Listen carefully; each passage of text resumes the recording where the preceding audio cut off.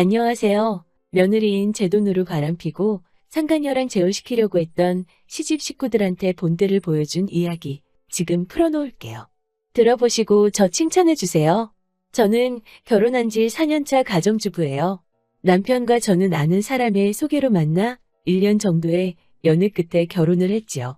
넉넉한 형편으로 시작한 결혼 생활은 아니었기 때문에 때때로 힘든 순간도 있었지만 서로 아끼며 사랑하며 그렇게 살고 있었어요. 그런데 얼마 전 오랫동안 암으로 고생하시던 친정아버지가 결국 세상을 떠나셨지요. 그런 과정에 아버지가 저희 가족은 아버지께서 말하지 않으셨던 땅이 있다는 걸 알게 되었어요. 그 땅의 가치는 자그마치 80억이나 되더라고요. 부동산업자도 이 알짜배기 땅을 아버지가 왜 말씀을 안 하셨는지 모르겠다며 저희에게 축하한다고 하시더라고요.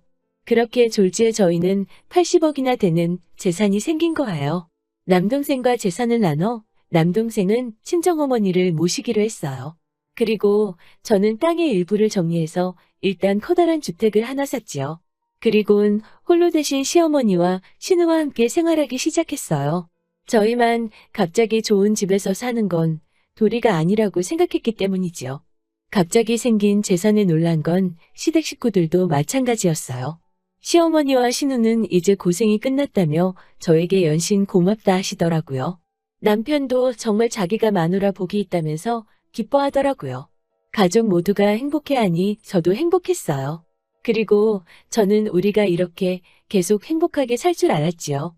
누가 그러더라고요. 남자는 주머니가 불룩하면 딴 생각을 한다고. 그게 저는 우스갯소리라고만 생각했지. 제 남편이 그럴 거라곤 참을 생각도 못했었는데 딱 그게 제 남편 이야기더라고요. 작은 중소기업을 다니던 남편은 갑자기 자기도 자기 사업을 하고 싶다고 저를 조르더라고요.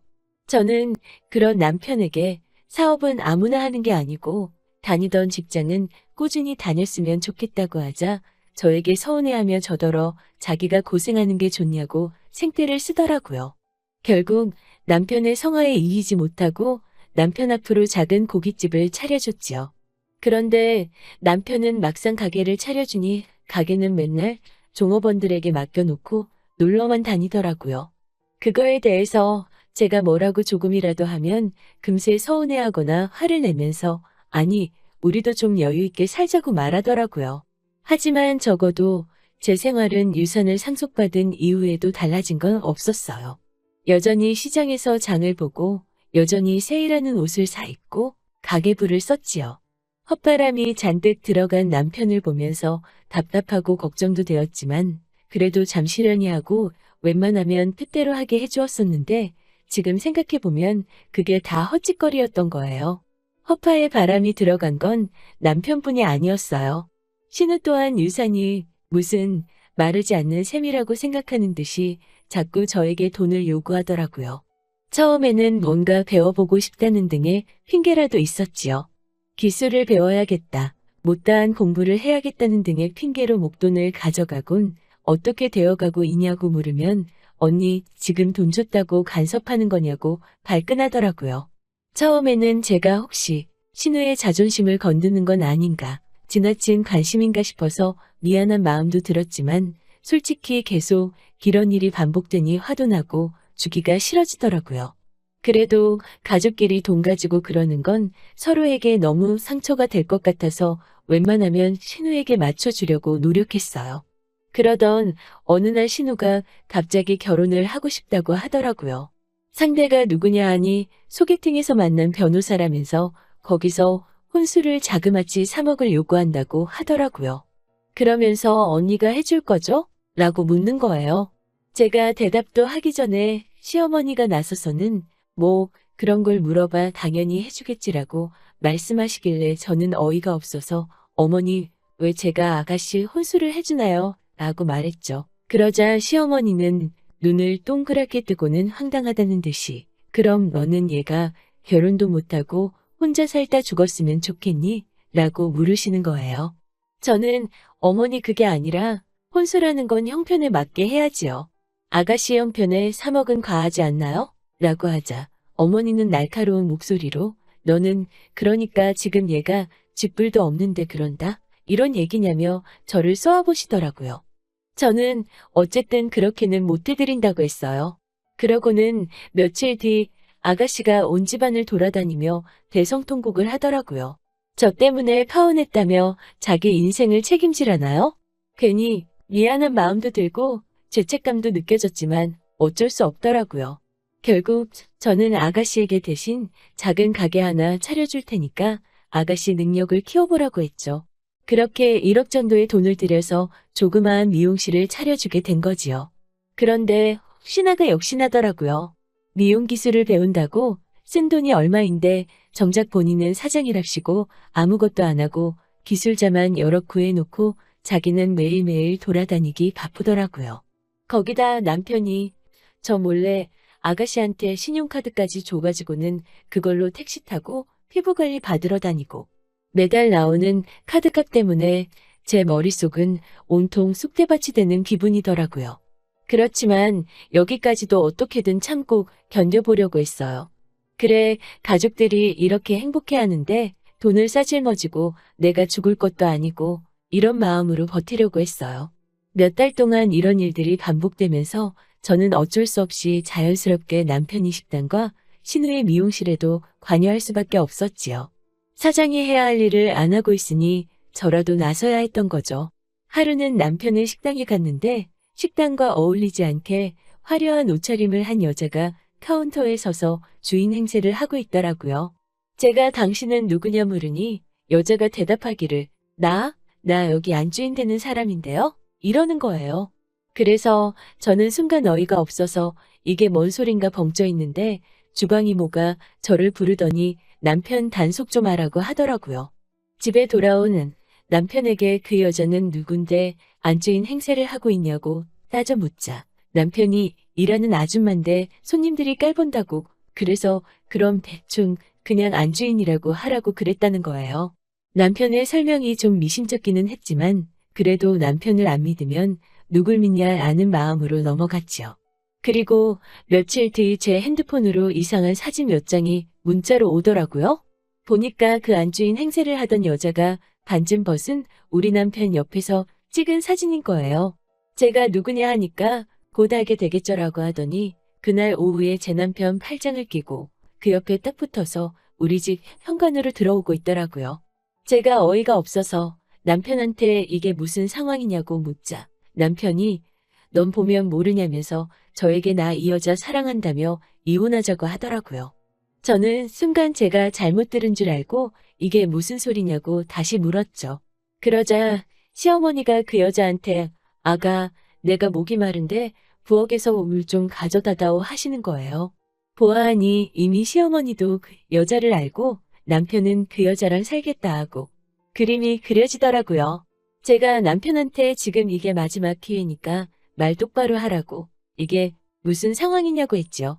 그러자 남편이란 놈이 한다는 소리가 우리 부부니까 이혼하면 결혼 이후에 생긴 재산은 공평하게 나눠야 하는 거 알지? 우리 깔끔하게 재산 나누고 이혼하자 이러는 거예요. 그렇지만 저는 남편이 미심쩍인 변명을 늘어놨던 그날 비록 남편에게 더 따져묻지는 않았지만 일단은 여러 가지 가능성을 염두에 두고 있었거든요. 그중 하나가 남편이 이따위로 나오는 거였어요. 법에 의하면 유산으로 받은 재산은 부부가 이혼해도 나눌 필요가 없거든요. 즉, 저는 남편과 나눌 게 없었어요. 그래서 제가 자기야, 내가 자기 아내로서 마지막으로 해주는 조언인데 내 돈은 우리 친정아버지가 주신 유산이고 유산은 못 나눠줘. 아니 나눠주지 않아도 된대. 변호사한테 이미 다 알아본 거야 라고 친절하게 웃으며 말해줬죠. 그러니 남편은 턱 빠진 사람 마냥 저를 잠깐 쳐다보더니 갑자기 믿을 수 없다는 듯이 핸드폰을 뒤져 어디로 전화를 받기 걸더라고요.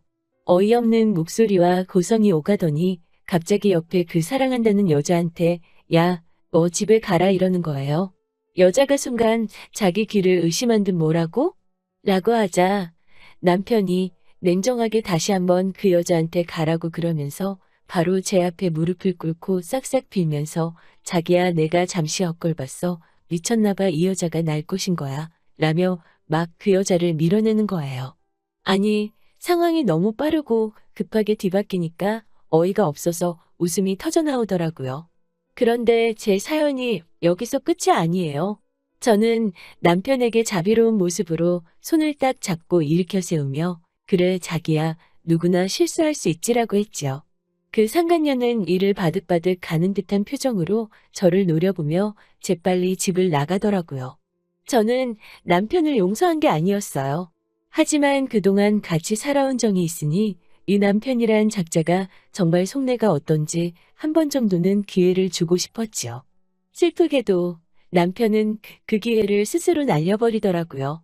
그 다음날 저는 흥신소에 전화해 남편에게 사람을 붙였지요. 4일 정도 지났을 무렵 남편이 그 상간녀를 또 만나더라고요.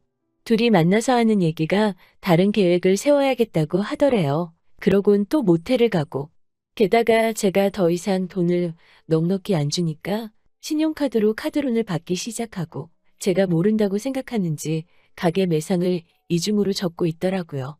끝내야 하는 순간이구나 싶었어요.